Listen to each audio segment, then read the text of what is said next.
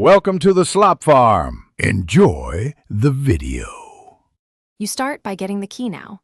Sign in, open account settings, and copy the API key.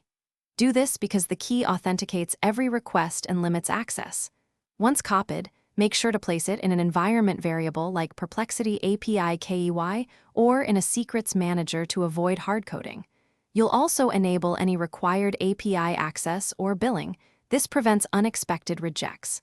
After that, confirm permissions so you can call endpoints without interruption. Now integrate the key into your app, import the SDK, or prepare an HTTP client. Set the authorization header to bearer plus your key and format the JSON payload per the endpoint's requirements so requests succeed. Use environment variables in your runtime, for example process.